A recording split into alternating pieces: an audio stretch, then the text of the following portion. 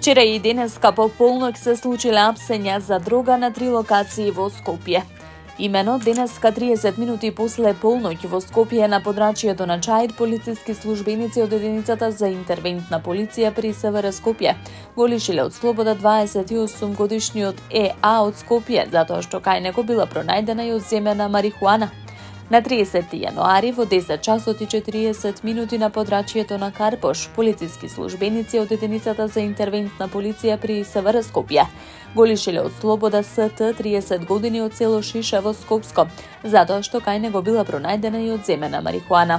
По целосно документирање на овој случај ќе следува соодветен поднесок. Вчера во 19 часот во Скопје на подрачјето на Газибаба, полициски службеници од единицата за интервентна полиција при СВР Скопје го лишиле од слобода и лицето СБ 23 години од Скопје, затоа што кај него биле пронајдени и одземени пиштол со рамка за раки, муниција и марихуана. По целосно документирање на овој случај ќе следува соодветен поднесок, велат од полицијата.